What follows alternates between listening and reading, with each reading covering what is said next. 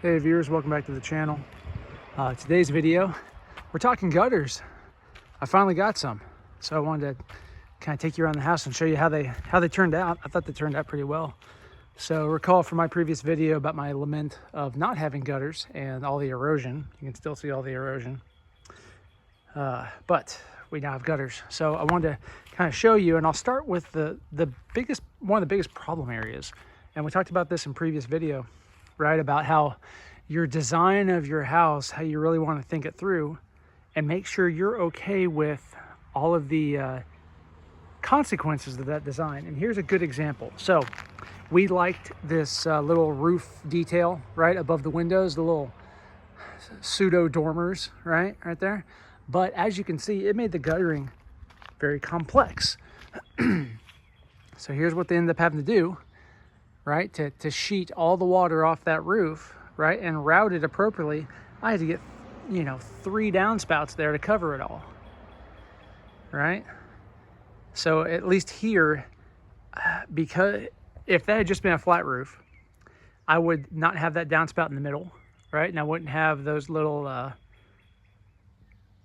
vertical pieces, right, to redirect from the dormers down. So it would have been a lot simpler. I wouldn't have that downspout right in the middle of the wall there, which could be undesirable. It's not terrible, right? You put some landscape in there, it's gonna be fine, but it's just a consideration. So take you along around. The guttering, we went with 6-inch seamless aluminum in black. Given the amount of surface area of the house, multiple quotes suggested 6-inch, and it makes sense. We also went with the larger 4x3 downspouts instead of the smaller, I guess, 2x3, right? So we got downspouts there, downspouts on the porch, you can see kicking out and bent over the pillars. We chose not to do any guttering on the second story, with the exception of the tower, mainly because I don't think we need it, and we can always add it later. But here's my logic. If I put guttering on the second story, right, then that will funnel all of the water into one spot and then discharge that water into one spot on my lower gutter. To me, that is more of a recipe for overflow than if I just let it run off naturally. That water will be more evenly distributed from the second story to the first story roof, and therefore it'll hit the gutter more evenly. It'll spread out, it'll slow down, less velocity in the water. That means less chance of overflow, less velocity coming down the pipe potentially, right? And less erosion overall. So, and less money, so why not? But we can always add later if we find problems. So there's the tower. Now we did do guttering on the tower because you kind of have to. And the way they did it on a curve is you basically, they made it N-gon. I don't know how many sides that ends up being, but just a lot of small pieces, cuts, and fitting, and attaching, and caulking. And this was the guy's first time doing one like this, and I think it turned out really well. So, and as a side note, for hiring contractors, there's always the balance to me of hire the professional, right? Or hire the either handyman or a guy doing a side hustle, that type of thing. In my case, the guys who did these gutters are a crew of off-duty firemen, right? Every fireman, I think, has a side hustle from what I gather. And these guys do these seamless guttering. And they were probably half the cost of the pro company. And they did absolutely phenomenal.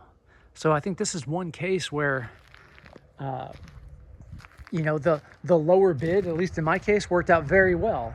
Your mileage may vary, but so far it worked out really well. So here's another case where, we did a little section on the upper deck there just to catch the runoff off the tower, and a little downspout to feed it down into this corner.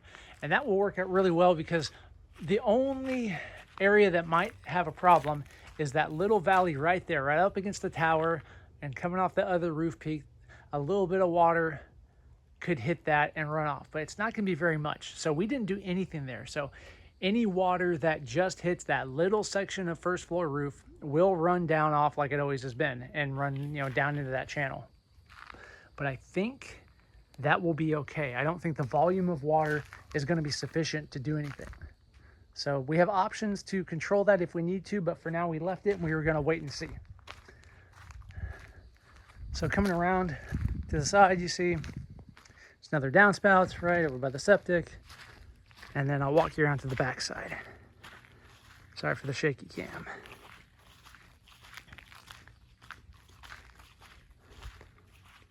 It is a beautiful day in Oklahoma. Sun is shining. And of course, as soon as I get gutters, not a drop of rain in sight, because that's how it goes. Come around to the back, you see, just feeding into downspouts. I asked the guy for minimal downspouts just because I'm gonna have to dig and route all of this stuff underground eventually and dump it out to the creek. So every downspout I have to tie in is more money. So you can see here on the master window, area, they got the angles good. And then here's where the seamless guttering really shines, right? This long section on the back porch, right, is like, I think he said that was 77 feet. So in one long continuous piece, no seams, which I absolutely love. I think it looks great. And the fact that they're able to do one downspout on the end and then one downspout there, and that's it. And that's another problem area where, because of the roof area, right, the guy basically said, hey, we'll see if you have any issues with gutter overflow, if 2 downspouts will be enough to evacuate it. If not, we can add a 3rd downspout probably there, over where the internet and utilities, the fiber lines, come in right there by all those conduit. So that won't be too bad. I don't think we'll need that, I hope. But a lot of this, I think, is kind of trial and error, right? You just don't know how the water's going to shed, and you don't know how the stuff's going to perform. But you leave yourself options, right? You really think about the problem. That way, if you need to take additional steps, you can. And if good enough's good enough, then hey, the design's even simpler and you save a bit of money. Last part of the video, we got gutters on the shop too. So I figure I'll show you a little bit of that. It's very much less complex. The shop's a giant rectangle. So we have downspouts each of the 4 corners and just a long continuous strip of gutter on each side. So it's not exactly complex. For the shop, we went with a 5-inch gutter up top, but they still recommended the larger downspouts. So we went with the 4x3 downspouts, and the color match I thought was really good. I'll get you up here. So, I mean, 2 different companies, 2 different pieces of sheet metal, but matching that dark gray, I think they did a really good job. So again, very happy with the results of this. I don't know what I'm going to do for routing the shop water. Right now we just have the kickouts, and maybe I'll route it somewhere. Future plans, I want to plumb into those gutters and get rainwater catchment, right? Put some IBC, some IBCs on the side of the house and plumb a bunch of water catchment up. So that will be a future project for sure. But I think that's all I have for you.